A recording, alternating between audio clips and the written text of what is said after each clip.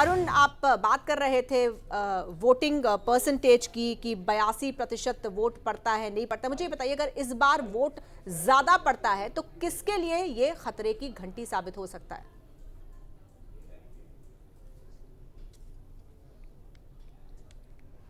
देखिए अजीता, बिल्कुल एक सबसे बड़ा सवाल दोनों राजनीतिक दलों के भीतर अगर कोई दिख रहा है तो वही होने जा रहा है। सरकार बदलने और रिवाज बदलने के अंदर ये जो खामोशी मतदाताओं की रही है, इसने कहीं ना कहीं कांग्रेस और भाजपा दोनों को बेचैन किया है। और इस खामोशी को कांग्रेस जरूर एक बात कह रही है कि ये सरकार बदलने वाली तस्वीर होगी, लेकिन मैं आपको इससे पहले एक छोटी सी तस्वीर दिखा दूं। हम राजधानी शिमला के इसमें हैं और राजधानी शिमला के अंदर यूं तमाम तरह से कहा जा रहा है कि वोट डालने के लिए सभी लोगों को छुट्टी है, लेकिन ये पर्यटन शहर है अजीता। ये तस्वीर मैं इसलिए दिखाना चाहता हूं क्योंकि ये आपको बिल्कुल अलग नजर आएगी। आप शिमला नगर निगम के कर्मचारियों को देख रहे होंगे। ये वो कर्मचारी हैं जो यहाँ आने वाले पर्यटकों के लिए पहले साफ सफाई का इंतजाम कर रहे हैं, उसके बाद ये वोट डालने के लिए जाएंगे या नहीं जाएंगे। मैं इनसे ये कोशिश करूंगा कि कैमरामैन के साथ इनके साथ बात कर सकूं और आपको ये बता सकूं। आज देखिए, आप लोग यहाँ पर काम कर रहे हैं, लेकिन मतदान करने के लिए जाएंगे क्या? हाँ जी, जाएंगे। किस वक्त जाएंगे? ये काम करके। तो ये छुट्टियां जो दी जाती हैं, आपको छुट्टी इस तरह की नहीं मिली?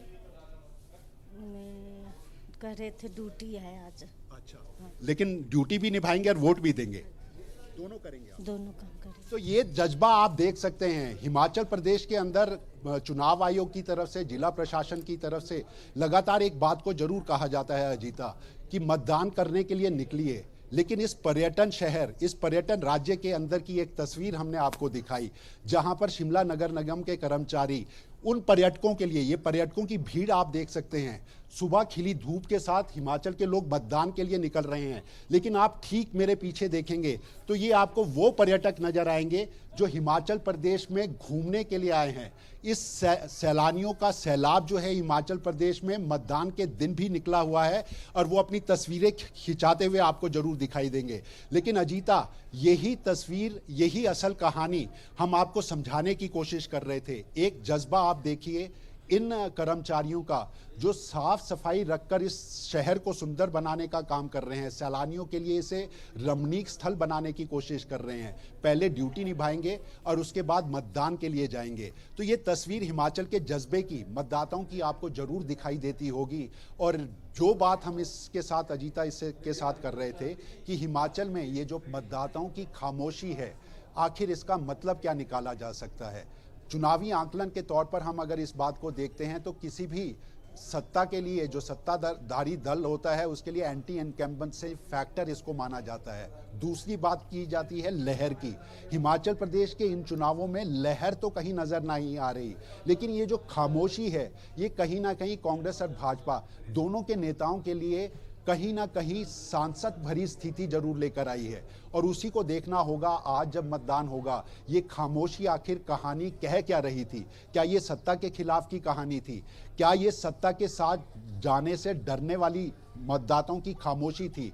वो फैसला 8 दिसंबर को जरूर होगा, लेकिन इसने परेशान राजनीतिक दलों को, दोनों को जरूर कर रखा है। बिल्कुल, पढ़ी लिखी जनता है, पढ़े लिखे लोग हैं हिमाचल प्रदेश के। साक्षरता में केरल के बाद दूसरा नंबर अरुण आता है हिमाचल प्रदेश का।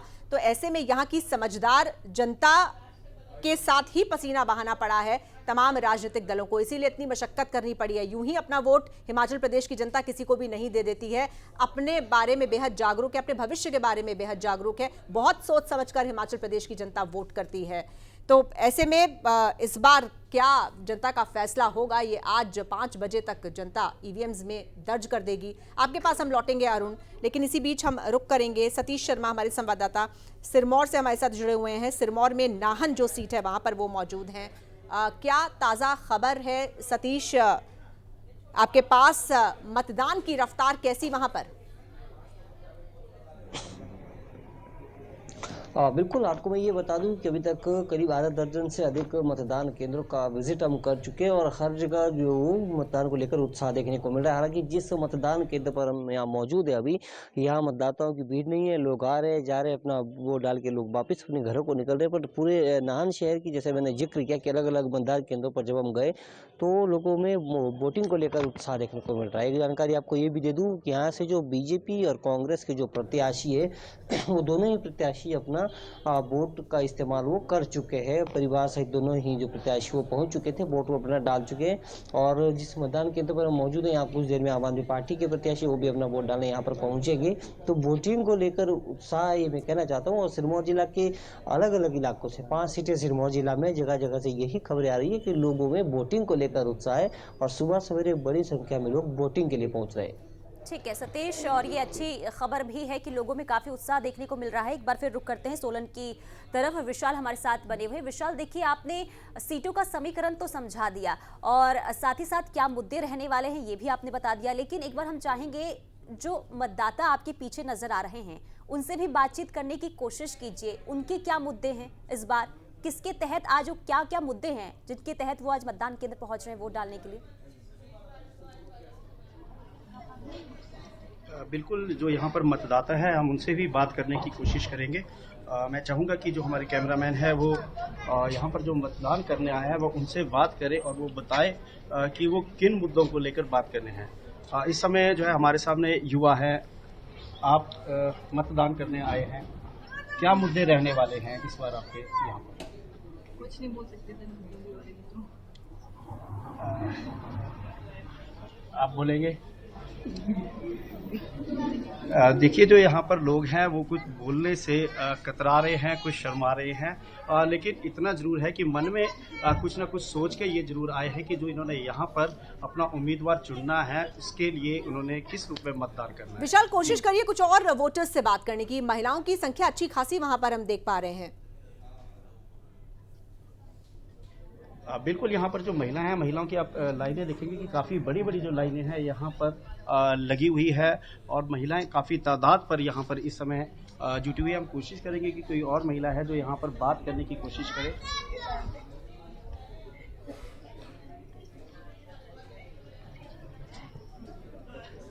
आप मतदान करने आए हैं, आप बताएंगे कि इस बार क्या मुद्दे रहने वाले हैं, किन मुद्दों को लेकर आप यहाँ पर मतदान करेंगे? मुद्दे तो हमारे सबसे पहले जी पानी का प्रॉब्लम आती है। बाकी सड़कें हमारी बहुत अच्छी हैं, स्कूल एजुकेशन के लिए बहुत अच्छा है, हमें ऐसे तो कोई प्रॉब्लम नहीं है, लेकिन पानी की बहुत ज़्यादा प्रॉब्लम है। उसके लिए हम बोलेंगे कि पानी हमारे लिए उपलब्ध करवाया जाएगा। आप कुछ बोलेंगे?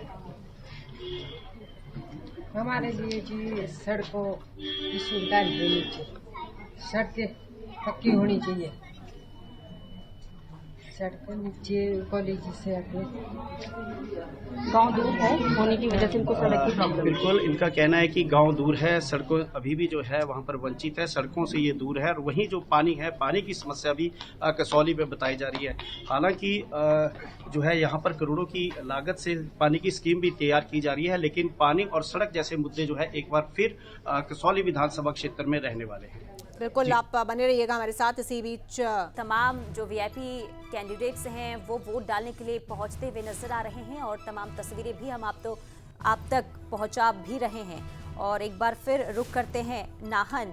सतीश शर्मा लगातार वहां से तस्वीर दिखा रहे हैं हमें।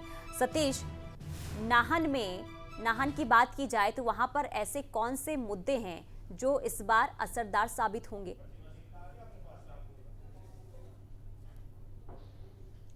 देखिए, चुनाव जो ये पूरा कैंपेन रहा चुनाव का, इस दौरान हमने देखा कि कई तरीके के मुद्दे, हालांकि बेरोजगारी और महंगाई प्रदेश स्तर पर ये मुद्दे, हिमाचल प्रदेश में हमने देखा कि हर जगह लोग यही बात कर रहे थे। पर नाहन शहर की अगर हम बात करें तो स्थानीय मुद्दों पर यहाँ कई पेयजल समस्या नाहन में एक हमेशा ही जो चुनावी मुद्दा यहाँ पर रहा है। सड़कें, पुल सड़कों पर, यहाँ ये जो तमाम चीज़ें लोगों की स्थानीय समस्या यहाँ पर रही है।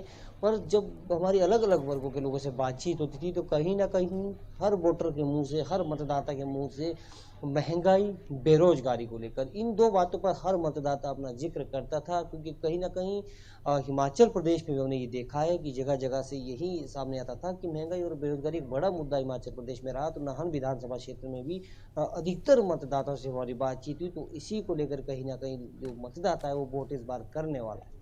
बिल्कुल, और जैसा कि हमने देखा है हिमाचल प्रदेश में हर सीट का मिजाज अलग है। स्थानीय मुद्दे हावी हैं, उसमें महंगाई, बेरोजगारी भी है, लेकिन कहीं पर सड़क की समस्या है, कहीं पर पानी की समस्या है, और हिमाचल प्रदेश की जनता स्थानीय मुद्दों को देख कर ही अपना वोट डालती है। ऐसे में बड़ा सवाल ये भी उठता है सतीश की क्या खाली स्थानीय मुद्दे ही हावी होते हैं, या अक्सर कहीं कहीं पर जैसे कैंडिडेट्स भी जो हैं वो एक बड़ा फैक्टर होते हैं, प्रत्याशी का चेहरा बड़ा फैक्टर होता है। क्या यहाँ पर कोई ऐसी सीट है जहां पर प्रत्याशी भी मायने रखता है या सिर्फ मुद्दे?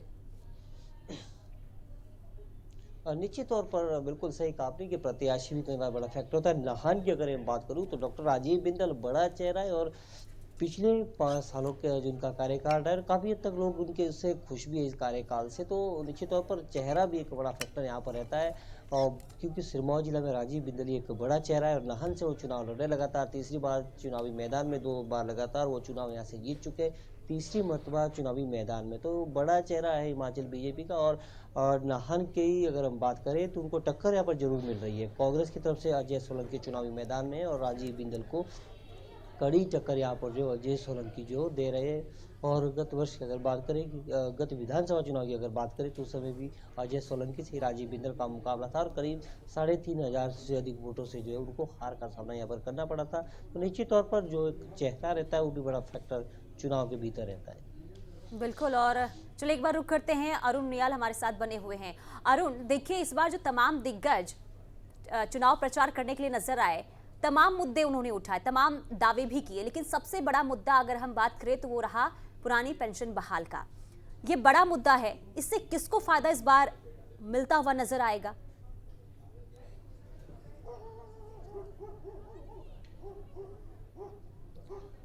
बिल्कुल अजीता, देखिए हिमाचल प्रदेश के अंदर अगर मुद्दों की बात की जाए तो हिमाचल का चुनाव भी, और ये चुनाव जो मेन मुद्दे होने चाहिए थे जिनको लगातार हम आम चुनावों के भीतर देते हैं, महंगाई, बेरोजगारी, जिस तरह की तमाम खबरें हमारे संवाददाता भी बता रहे हैं कि चाहे वो ग्रामीण हलके हों चाहे वो शहर के हलके हों, वहाँ पर ये बेरोजगारी, महंगाई और भ्रष्टाचार जैसे तमाम मुद्दे जरूर रहे होंगे। लेकिन हिमाचल का चुनाव एक बिल्कुल अल्टीमेट, जिसको कहते हैं 360 डिग्री टर्न लेता हुआ दिखाई दिया है, और वो ओल्ड पेंशन बहाली का मुद्दा अजीता जरूर रहा है। और अजीता, उसके पीछे सबसे बड़ी वजह ये रही है कि एक बहुत बड़ा आंदोलन हिमाचल में ओल्ड पेंशन बहाली को लेकर न्यू पेंशन स्कीम के तहत आने वाले तकरीबन ये जो 1,02,000 कर्मचारी हैं, उन्होंने हिमाचल में इसको सड़कों के ऊपर उतार कर अपने लिए वृद्ध अवस्था के दौरान जो उनको सबल हाथ मिलना चाहिए, सुरक्षा मिलनी चाहिए, उसकी आवाज उठाई। और ये सिर्फ हिमाचल की कहानी नहीं है अजीता, ये हिमाचल के अलावा बाकी राज्यों के भीतर भी आप देखेंगे कि ओल्ड पेंशन बहाली की बात, बुढ़ापे में अपने लिए एक सम्मानजनक स्थिति पाने की जो लड़ाई है वो पूरे देश के भीतर अब तेजी से आगे बढ़ती दिखाई दे रही है। और यही वजह है हिमाचल से इसका रास्ता निकलता नजर आएगा। क्या हिमाचल की जनता कांग्रेस को लाकर भाजपा को इसके लिए चुनौती देती नजर आएगी, या लोग भाजपा के ऊपर ही विश्वास कर भरोसे वाली सरकार का जो दावा प्रधानमंत्री नरेंद्र मोदी, जयराम सरकार तमाम वो करते रहे हैं, उनको जरूर देखने को मिलेगा। लेकिन अजीता, उससे पहले मैं आपको एक बड़ी जानकारी दे दूं, हमने तमाम वो बड़े चेहरे देख लिए। मुख्यमंत्री जयराम ठाकुर ने अपना वोट डाल दिया है, राजीव बिंदल ने अपना वोट डाल दिया है, सुरेश भारद्वाज की अभी अभी हम बात कर रहे थे। लेकिन 2-3 और बड़े ऐसे चेहरे हैं। आनंद शर्मा, ये कैलेस्टन इलाका है राजधानी शिमला का, और अब वो भी कुछ ही वक्त के अंदर वो भी मतदान करते नजर आएंगे। राष्ट्रीय अध्यक्ष जगत प्रकाश नड्डा है, खास तौर पर बिलासपुर में पहुंचे हैं, और वो भी अपने परिवार के साथ मतदान करते नजर आएंगे। केंद्रीय मंत्री अनुराग ठाकुर हैं, पूर्व मुख्यमंत्री धूमल के साथ वो अपने परिवार के साथ, अपने जो छोटे भाई हैं अरुण धूमल के साथ वो समीरपुर में अपना मतदान करते नजर आएंगे। कांग्रेस के बड़े दिग्गज नेताओं की कौल सिंह ठाकुर, मुकेश अग्निहोत्री, आशा कुमारी अपने अपनी जगह पर वोट करते नजर आएंगे। लेकिन पार्टी की अध्यक्ष हैं प्रतिभा सिंह, उन रामपुर में उनका वोट माना जाता है। विक्रमादित्य चुनाव लड़ रहे हैं शिमला शहरी से, तो प्रतिभा सिंह अपना मतदान रामपुर में करेंगी, विक्रमादित्य अपना मतदान जो है वो अपने शिमला ग्रामीण के इलाके में करते नजर आएंगे। तो ये तस्वीर हिमाचल के बड़े नेताओं के वोट डालने की जरूर आपको नजर आएगी, लेकिन इनके वोट डालने के पीछे वो धुकधुकी, चाहे वो कांग्रेस के नेता हों चाहे भाजपा के नेता हों, उनके बीच में अजीता हमारे को बड़ी ज्यादा दिखाई दे रही है। और इसका फर्क क्या है, इसकी वजह क्या है अजीता? इसकी सबसे बड़ी वजह है कि हिमाचल प्रदेश के इन चुनावों में, हम इससे पहले भी बात करते रहे हैं, आमतौर पर देखा गया है कि कांग्रेस अगर चुनाव हारती है तो उसमें एक बड़े फैक्टर को माना जाता है कि कांग्रेस ही कांग्रेस को चुनाव हराने का काम करती है। और भाजपा एक ऐसा डिसिप्लिन पार्टी है जिसको ये कहा जाता है कि वहां बगावती चेहरों को बाहर का रास्ता दिखा दिया जाता है। लेकिन हिमाचल प्रदेश में यह पहली दफा है कि भाजपा के भीतर बड़ी बगावत है, निर्दलीय ज्यादा से ज्यादा बगावत के रूप में भाजपा के ज्यादा नजर आ रहे हैं, कांग्रेस के भी निर्दलीय हिमाचल प्रदेश के चुनावों में। इसी सवाल पर मैं आ रही थी, और ये जो इस बार निर्दलीय फैक्टर है, ये जो निर्दलीय खड़े हो गए हैं, बहुत कोशिश की गई इनको बिठाने की और बाद में तो खैर कोशिश भी नहीं की गई, लेकिन समझना ये जरूरी है कि क्या ये निर्दलीय किस हद तक खेल बिगाड़ने की ताकत रखते हैं। और बाद में ये जो कोशिश छोड़ दी गई, शुरू में कोशिश की गई थी कि निर्दलियों को बिठा दिया जाए, लेकिन उसके बाद बीजेपी ने उन निर्दलियों को बिठाना जरूरी नहीं समझा। ऐसा क्यों? इसकी वजह क्या है? क्या इससे भारतीय जनता पार्टी को फायदा होता है या नुकसान? देखिए अजीता, ये एक ऐसा सवाल है जिसका अगर आपको जवाब मिलेगा तो ये जो 8 तारीख को मतदाताओं का दावानल फूट कर बाहर निकलेगा, वो किसके पक्ष में जाता है, जब उसकी तस्वीर साफ होगी तो आपको ये कहानी भी साफ होती नजर आएगी। आप देखिए कि हिमाचल प्रदेश के अंदर कांग्रेस और भाजपा दोनों के भीतर 27 पहले भाजपा के बागी थे, लगभग दर्जन के करीब जो है कांग्रेस के बागी नेता थे, लेकिन इनमें सभी को बाहर नहीं किया है। ना कांग्रेस ने सभी नेताओं को पार्टी से बाहर किया है, ना भाजपा ने बाहर किया है। ये तस्वीर और इशारा क्या करती है? यानी कहीं ना कहीं उनको भरोसा है कि ये पार्टी के जो बागी नेता हैं वो हमारी मदद अगर चुनाव जीते तो कर सकते हैं। इस चुनाव के अंदर की एक बड़ी नई बात देखिए, हमारे कृपाल परमार जैसा एक चेहरा है जो बागी होकर फतेहपुर में चुनाव लड़ रहे हैं, प्रधानमंत्री तक को फोन करके उनको बैठने की बात वायरल होती है। ये पहला आपने ऐसा मौका देखा होगा कि प्रधानमंत्री किसी बागी नेता को जो है वो बैठने की बात करते हैं और उनकी बात वायरल हो जाती है। बड़ा बवाल इस बात पे मचा, अपनी बात को बचाने की कोशिश कृपाल परमार करते नजर आए, लेकिन ये तस्वीर हिमाचल के चुनाव में दिखाई दे रही है। ऐसे बहुत से मौके हैं। आप देखिए हमारे बिल्कुल साथ शिमला के साथ ठियोग इलाका है, ठियोग इलाके में 8 उम्मीदवार है, मल्टी कॉर्नर चुनाव जो है वहां पर माना जा रहा है। निर्दलीय कांग्रेस और भाजपा दोनों के जो है वहां पर नजर आ रहे हैं आपको। इसी तरह से आप अगर बात करेंगे कुल्लू जिले के भीतर राम सिंह एक बहुत बड़ा संघ का चेहरा रहे हैं, भाजपा से बगावत की, भाजपा से बगावत करने के बाद माना यह जा रहा है कि वो ट्रायंगुलर फाइट के अंदर वो भी एक बड़ी चुनौती पेश कर रहे हैं। आनी विधानसभा हल्का है, परसराम वहां पर कांग्रेस के बागी नेता हैं, वहां भी ट्रायंगुलर फाइट की बात की जा रही है। इस तरह के तमाम चीजें आपको देखने को मिलेंगी। देहरा जसवां परागपुर के अंदर आपको कांग्रेस के भाजपा के इस तरह के तमाम चेहरे मिल जाएंगे जहां बागी नेताओं की एक बड़ी ताकत ट्रायंगुलर फाइट को बनाती दिखाई दे रही है। और जिस बात को हम कह रहे हैं, सूर्य समाचार कह रहा है, अजीता जो सवाल आपने पूछा, ये बागी अंत में जाएंगे किस ओर, ये खेल राजनीति का हमको लगता है कि एक ऐसी स्ट्रैटेजिक पॉइंट ऑफ व्यू से भाजपा भी इस तस्वीर को देखती रही होगी। और जिस तरह से हम भाजपा को चुनाव लड़ते हुए देखते हैं, हमें यह मानने में कहीं कोई शंका नजर नहीं आ रही कि भाजपा अपनी एंटी इनकम्बेंसी को तोड़ने के लिए नए चेहरों को ले आती है। और ये बागियों का खेल पहली बार हिमाचल के चुनाव में ऐसा नजर आ रहा है कि उसका भी फायदा उठाने की कोशिश दोनों राजनीतिक दल, भाजपा भी अपने बागियों का फायदा उठाने के लिए अगर वो चुनाव जीतते हैं और कांग्रेस भी इसकी कोशिश करेगी। लेकिन ये भी स्थिति होगी अगर कोई एब्सोल्यूट मेजॉरिटी में कांग्रेस या भाजपा नहीं आती। लेकिन बागी एक बहुत बड़ा फैक्टर प्ले कर रहे हैं, चाहे वो कांग्रेस को कांग्रेस से हराने की बात हो या भाजपा को भाजपा के हराने से। बिल्कुल बिल्कुल। तो और फाइट एकदम नेक टू नेक है अरुण, और शायद यही वजह है कि भारतीय जनता पार्टी ने भी अपनी स्ट्रैटेजी में थोड़ा सा बदलाव किया।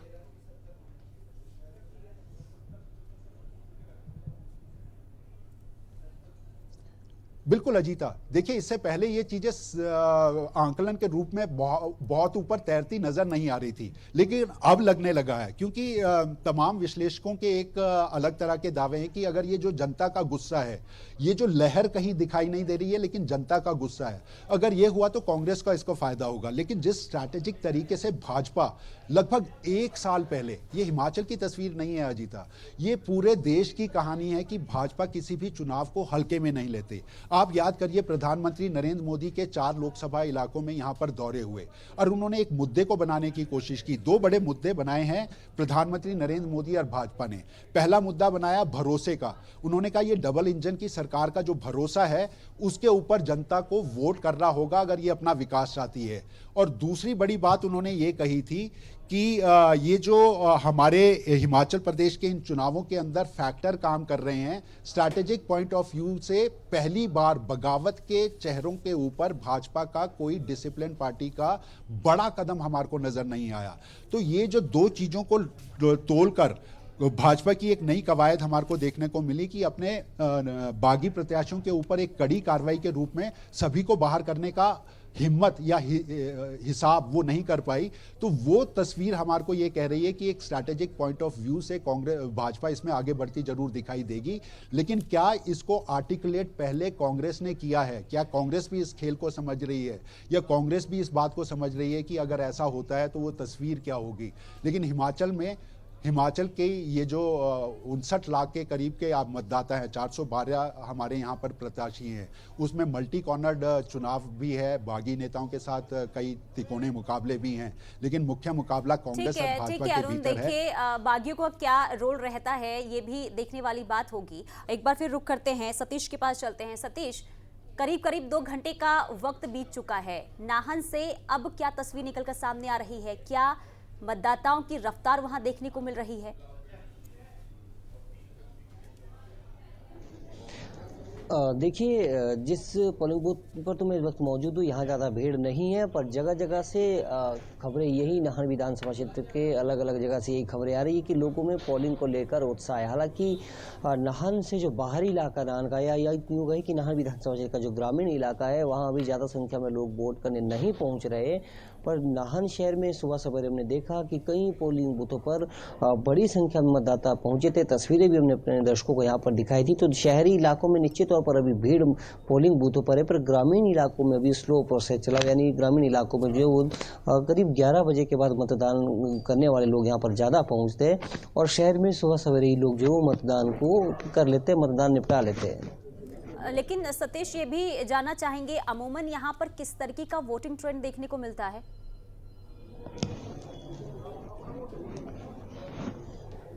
देखिए, नाहन शहर की अगर हम बात करें, नाहन विधानसभा क्षेत्र की अगर हम बात करें, तो अक्सर यहाँ पे यही रहता है कि जैसे जैसे दिन बढ़ता जाता है ग्रामीण इलाकों में, उसके बाद जो है हमने देखा कि मतदान की प्रतिशतता बढ़ती जाती है।